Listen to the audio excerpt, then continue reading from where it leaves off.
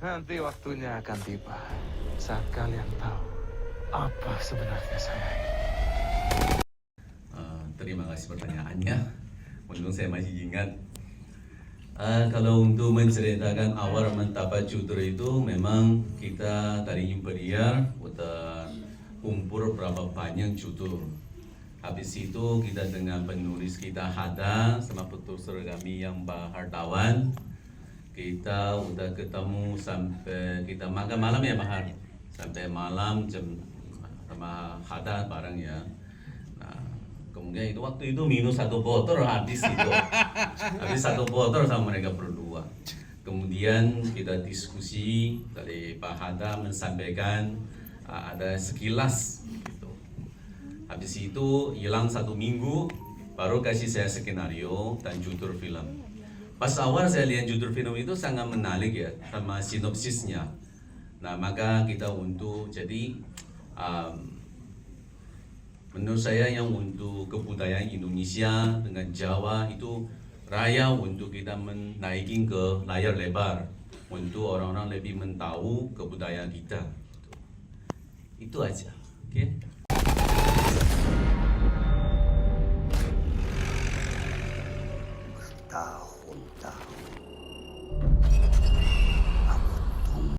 Melihat animo penonton yang luar biasa nih, senang sekali. Oke deh kalau gitu, terima kasih. Kasih tepuk tangan dulu ya Pria buat teman-teman kita semuanya. Tapi saya punya pertanyaan khusus ini untuk eksekutif produser kita, ada Pak Peter Suryawijaya Pak. Nah sebelum kita memberikan selamat ya kan, tadi kita sudah kasih selamat buat teman-teman semuanya. Ini merupakan film layar lebar pertamanya, perdana ya Pak ya, film perdana Chromelio ini yang baru saja kita saksikan tadi ya Pak ya. Nah melihat industri film Indonesia nih Pak yang semakin menggelar di tren yang sangat positif tentu saja kalau kita melihat ya Pak ya. Sebenarnya apa sih visi dari Imperial Picture di industri film Indonesia dengan Chromelio sebagai film perdananya Pak?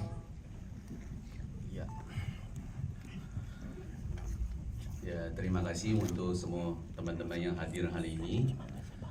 Untuk Chromelio, untuk film horor kita di Indonesia tentu saja yang terbaik ya. Masing-masing film horor punya karakter masing-masing. Tentu saja yang untuk film horor yang untuk Chromelio ini punya karakter yang berbeda. Ya, jadi selain horornya, keluarganya, cinta kasih dari ayah, kakek kepada anak perempuannya. Nah itulah mungkin kita untuk menonton itu bisa lebih merasakan selain horor dan lain-lain gitu. Ya, Baik. Terima kasih Pak Peter. Oke, selanjutnya saya akan mau tanya ke teman yang di sampingnya, ada produser kita, ada Mas Hartawan Triguna. Mas gini, boleh dong, ini kan ceritanya sangat menarik ya Mas ya. Tadi seperti yang Pak Peter bilang ada cintanya, ada horornya, ada kekeluargaannya juga, menggabungkan juga tentang urban legendnya juga ya Mas ya. Di sisi kelam juga ada gitu kan. Sebenarnya pesan atau cerita apa sih yang pengen disampaikan lewat film ini gitu, dan apakah ada misi khusus gitu yang pengen disampaikan? Silakan. Terima kasih buat teman-teman semua. Film ini sebenarnya cuma mau berbicara jas merah, jangan melupakan sejarah. Oke. Tapi inilah adalah sebuah bentuk produk film Indonesia yang kaya dengan kearifan lokal, dengan urban legendnya, kemudian sesuatu yang dekat dengan masyarakat, dan ternyata saya juga kaget di film ini ternyata penonton tadi sempat jerit-jeritan. Berarti apa yang dibuat oleh saudara kita ini, sutradara top kita Pak Anggi Umbara, tidak sia-sia karena itu ternyata mengena di penonton. Dan kalau yang kemarin sudah datang ke suatu tempat, mungkin hari yang ini mudah-mudahan jangan datang lagi ya. Itu aja. Film ini adalah sebuah produk yang sangat luar biasa dari Anggi Umbara. Kamu datang. Kakek udah bilang kamu nggak perlu datang ke sini. Ibuku yang meninggal, Kek. Masa aku nggak datang? Saya sudah menjadi sutradara sebenarnya, tapi kan film panjang pertama saya itu masuk Apple TV ya. Walaupun dia menjadi satu-satunya film Indonesia dalam Apple TV, saya belum pernah bertemu dengan penonton langsung di bioskop. Dan Anggi Umbara itu teman dekat saya sekali, bisa saya bilang sebagai best friend. Dari tahun 2014 kita berteman. Saya juga melihat perkembangan dia sebagai sutradara, walaupun terkena pandemi, filmnya box office terus kan, yang kayak, Gi, ajarin gue gimana caranya, kayak, ya udah lu proses bareng kan, dan bekerja sama Anggi sebagai co-director itu kayak kita kayak temen yang diskusi bareng terus ngelihat ini oke nggak ya, oke yuk kita bungkus apa yang kayak prosesnya sangat simple, jadi tidak ada berasa ada hierarki, tidak ada berasa kayak ini filmnya Anggi yang aku bantuin atau filmku yang Anggi bantuin, enggak, ini kayak berasa duet. Jadi ketika duet itu juga ketika saya nonton filmnya, oh iya asik juga ya duet sama Anggi ya, makanya ya semoga masih bisa jalan terus sama Anggi lah, karena teman dekat, friend yang menjadi coworker lebih asik sebenarnya. Itu aja sih. Bapak Ibu, tidak boleh keluar rumah malam ini dan jangan sekalipun langsung melihat mata mereka. Film pertama saya, tapi ini film horor pertama saya yang mengangkat sosial isu yang sangat penting, dan itu tadi kan kita nggak boleh melupakan sejarah. Kita di sini menolak untuk lupa. Terlalu banyak pelanggaran HAM yang terjadi di bangsa kita, terlalu banyak sejarah kelam yang terjadi di bangsa kita. Di sini digambarkan juga sejarah itu di dalam sebuah keluarga. Jadi anak-anak kita yang ditutupi dari sejarah itu pada suatu saat akan mencari tahu dan akan menemukan sejarah-sejarah kelam yang dilakukan oleh orang tuanya, oleh orang terdahulunya. Gitu. Dan di sini sejarah kelam itu coba kembali kita ingatkan juga dengan mengangkat urban legend yang legenda-legenda dari local value kita yang sangat kaya. Jadi bangsa kita ini sebenarnya kaya banget sama legenda, sama cerita-cerita folklore gitu kan ya. Nah di sini kita padukan kedua itu, dan jadinya sih asik banget sih. Saya jadinya ini film sangat beda yang saya buat dari film-film sebelumnya kan. Di sini nggak ada kosmetik, di sini semuanya serba raw, serba kasar, semua kamera nggak pernah ketemu sama tripod, semua handheld semua. Jadi energinya tuh beda banget dari yang sebelumnya, film saya sebelumnya. Oke, jadi Semua yang mati malam ini karena Krumel. Main, menulis, ikut menyutradarai bersama Anggi. Yes. Cuman ini menjadi sangat mudah karena teamworknya sangat luar biasa. Ketemu dengan pemain-pemain seperti Abun, Ratu, Alin, Om Tio, mereka sangat membantu. Mbak Dayu, Mas Rukman, Mas Totos, semuanya sangat membantu. Jadi itu sangat meringankan pekerjaan saya sebagai writer maupun co-director, dan tentunya ada Anggi yang selalu menemani saya juga. Jadi ya kita partner yang luar biasa lah gitu. wow, oke, tapi gini, yang paling mengesankan atau yang teringat di saat syuting apa nih, Mas? Paling mengesankan, wah banyak sekali ya yang mengesankan. Nah, yang kepikiran aja deh, gitu deh, yang kepikiran coba apa nih? Mungkin mematahkan hidungnya Ratu kali ya. Sempet itu. Iya, mungkin. Enggak sampai patah sih. Nggak patah. Kesenggol. Oh sorry ya. kesenggol. Hatinya aja yang patah Ratu ya. Sama Abun, Tapi- kamu jahat. Kalau hidungnya penyok atau mungkin hatinya penyok udah diketok magic kan ya, tapi ya aman ya sekarang ya. Oke, lanjut. Pintunya. Dan siapapun yang melihatnya akan mati. Di juga ya, sutradaranya. Kita tahu sutradaranya adalah salah satu orang yang memang sudah menggarap banyak film horor. Gimana perasaannya dapat kepercayaan pertama main film horor dengan sutradara yang memang sudah berpengalaman di bidang itu? Ya awalnya emang deg-degan banget Yes. karena secara treatment dan semuanya beda banget sama film-film yang sebelumnya gitu kan. Dan horor juga ada workshop sling gitu-gitu kan, jadi lumayan kaget juga. Cuman alhamdulillah untuk pertama kalinya film horor dan dipertemukan dengan teman-teman yang sangat suportif dari timnya, Mas Anggi, Bang Sani, semuanya teman-teman. Jadi terkesan lumayan sangat enjoy sih jalaninnya. Oke, nah untuk pendalaman perannya gimana nih? Karena film pertama kali horor nih. Apakah sempat ada problem kah? Maksudnya ada masalah untuk masuk ke dalam karakternya atau gimana? Seminggu pertama susah. Seminggu pertama susah. Seminggu lama banget. Oke, iya sih. Iya. Dan sempet digampar sama Om Tio Pakusadewo. Waduh, Itu beda itu. itu beda. Wah, terkesan Om Tio kayak gitu jadi jelek lah. Digampar sama Om Tio Pakusadewo supaya dia merasakan bahwa acting itu harus seperti apa. Perjuangannya dia untuk bermain sebagai karakter yang luar biasa itu. Nah itu Abun menikmati itu. Oh, ini ternyata memang itu sebuah kenikmatan ya, Bun ya? Iya, yang gimana sih sebenarnya Om Partama juga agak gitu sih sebenarnya. Jadi mentang-mentang follower udah jutaan, nggak berarti lo bisa sekarang aja di main film. Iya, Jadi karena jutaan memang. Yes. Ya, lu kan karena casting ya. Never take it for granted dengan tuh yang Om Tio ajarin sih waktu itu. Asik. Kayaknya ada masalah dapur di sini. Banyak pelajaran yang bisa diambil juga gitu, dari semuanya gitu. Oke, luar biasa.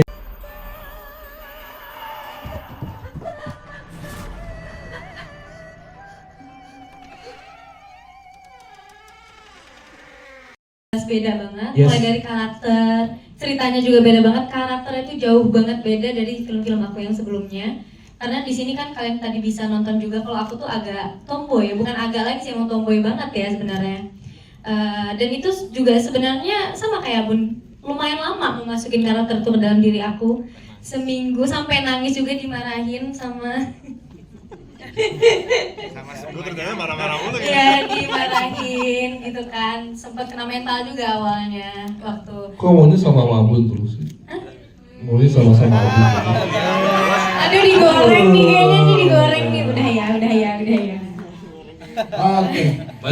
Banyak kan terjadi sesuatu di belakang kamera itu kan kita denger. Oh. Cinlok. Bicara ya, Mas ya? Cinlok, Bun. Bicara, jadi langsung ditulis aja. Bener ya Bun, cinlok Bun. Lagi tapi suara. Oh. Wah. Makan jeruk kan Mas Anggi waktu itu makan jeruk kan. Kita pikir apa itu? Ngapain itu nggak ada gambarnya tapi suaranya. Lagi makan itu, makan Oh, iya. Kan kita emang sering makan bareng kan. Cuman mungkin wirelessnya Makan itu bareng. belum Makan bareng. Ya, makan bareng sama Bang Sani juga kan. Oh, bertiga malahan. Oh, bertiga gitu maksudnya. Berlima, berenam, Oh. bertujuh, rame-rame. Maksudnya kan kita setiap break itu kan pasti bareng ngobrol. Oh. Apakah ini akan makin seru? Apakah ini adalah orang ketiganya yang akan kita panggil lagi? Ada Mas Rukman Rosadi, boleh bergabung bersama kita, Mas. Hai, Mas Rukman. Wah, sudah bisa melihat Mas Rukman di sini ternyata ya. Apa kabar, Mas? Saksi sejarah nih. Alhamdulillah sehat. Silakan duduk di tempatnya. Sudah Ini dia keladinya tuh. Bener. Saksi sejarah. Oke. Nah, tadi Ziz sudah menjelaskan. Ini nih. Ini plot twist yang terakhir yang saya kaget dengan cukup ceritanya adalah Alin Fauziah yang tiba-tiba muncul dengan bawa pistol dan dia menembaki banyak orang di sana, gitu kan? Nggak banyak orang sih, 2 orang ya. Sisi dan juga kakeknya. Nah, ini Lama darah dagingku masih menginjak tanah. Kalian akan tahu arti ketakutan yang sebenarnya. satu pemain senior. Senior apa tua? Saya nggak bilang. Tua itu relatif, ya kan? Usia hanyalah umur. Kebalik ya? Usia hanyalah angka, gitu, nggak ada arti. Tapi pengalamannya banyak. Ya, mungkin banyak seperti orang tua mereka maksud saya. Mas, gimana dengan pengalamannya Mas akhirnya bermain dengan Gen Z, berarti gitu. Pemain-pemain Gen Z yang muda gitu, mungkin seusia dengan ponakannya Mas Rukman. Enggak, mereka seusia sih sama saya. Jadi saya mau main sama siapa aja ya saya anggap sama, nggak ada saya beda-bedain dan saya agak menolak istilah senioritas itu di dalam seni gitu ya, semua sama gitu. Jadi kalau saya nggak main bagus ya mereka nggak main bagus, kalau mereka nggak main bagus saya nggak main bagus. Jadi acting itu soal ensemble, soal orkestrasi bersama-sama. Jadi dengan siapapun, mau yang baru mau yang lama, saya bersikap sama dan seharusnya memang begitu. Siap, itu adalah salah satu contoh profesionalitas ya Mas ya.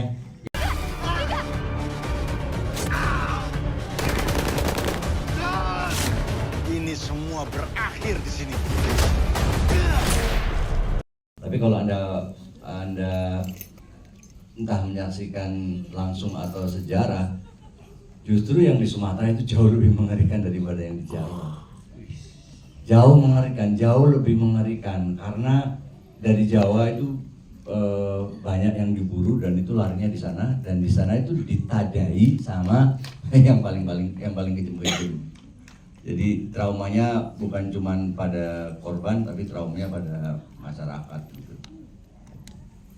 Ya peristiwa itu juga menjadi traumatik orang, karena saya di usia yang masih SMP waktu itu, dan kami anak-anak SMP juga punya traumatik yang panjang karena tiap hari lihat mayat dan lihat darah. Ya itu dulu aja. Dan memang ilmu itu ada ya Mas ya, rawa rontek, ilmu kebal dan lain sebagainya. Wah, kalau itu harus tanya ke mbah saya. Ya pasti ada Mas. Jadi kalau Anda baca buku-buku Jawa itu banyak yang menuliskannya. Ya saya didongengin juga tentang ilmu-ilmu itu.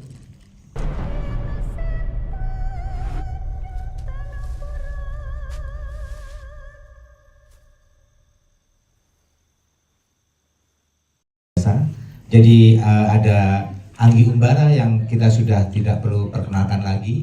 Ada juga Cornelio Sani yang juga sutradara dan ingin bekerja sama untuk membuat sebuah karya yang terbaik. Makeup kita pun untuk bikin karakter Kromolio itu diskusi sama Angginya panjang, dan kebetulan dia juara 3 Asia untuk makeup karakter orang Indonesia. Terus kemudian ada editornya Pak Pulung itu nominasi Piala Citra.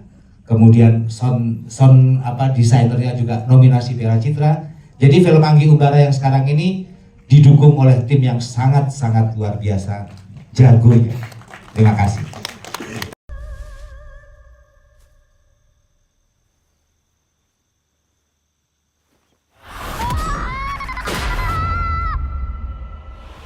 Ya, alhamdulillah keberuntungan saya juga bertemu dengan produser dan assistant produser yang emang open-minded dengan treatment dari directors gitu. Jadi udah lama banget sebenarnya saya pengen bikin film yang emang beda nih dari yang lainnya gitu. Jadi lebih eksperimental, lebih nggak kayak kebanyakan film Indonesia yang lainnya gitu.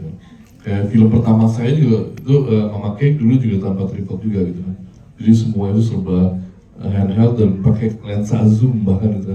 Yang kali ini dengan kamera film dan pakai lensa zoom itu jelas itu panjangnya segini setangan gitu panjangnya. Jadi sekali ngangkat tuh bisa 3 orang itu ngangkat, terus yang ada yang satu change fokus, ada yang satu megangin, satu yang ngarahin. Jadi perjuangan besar sih gitu. Nah ini untuk ketemu para produser yang emang open-minded, percaya kepada kita, kepada Timur, untuk karena kita juga pasti akan memberikan yang terbaik gitu. Jadi dari kita spiritnya adalah kita mau membuat sesuatu yang asik nih gitu, yang beda nih, yang gak kayak kebanyakan gitu. Dan emang kalau dilihat emang sebenarnya sangat beda dengan film Indonesia yang lainnya. Ini lebih bisa dibilang sebenarnya secara treatment emang agak overseas gitu, agak tipikal yang film-film ya Eropa kesana gitu. Makanya alhamdulillah sebelum filmnya tayang juga filmnya udah dibeli sama OTT internasional gitu kan. Jadi alhamdulillah emang sesuai dengan selera yang di luar juga gitu. Jadi itu sih spiritnya, pengen bikin yang beda dengan film Indonesia kebanyakan. Nggak ada make up, maksudnya nggak ada kosmetik, lighting gitu kan, semua lighting bener-bener praktikal apa adanya gitu kan, gelap gitu, kita hajar juga gitu kan. Jadi itu dia, kangen sama zaman dulu bikin film-film independen yang apa adanya gitu kan. Nah itu spiritnya sih lebih ke sana, pengen goes back ke waktu kita masih semangatnya bikin film yang bagus, yang beda sih gitu. Alhamdulillah, thank you lagi buat Pak Peter dan Pak Hartawan. Nanti waktunya akan tiba saat kalian tahu apa sebenarnya saya ini.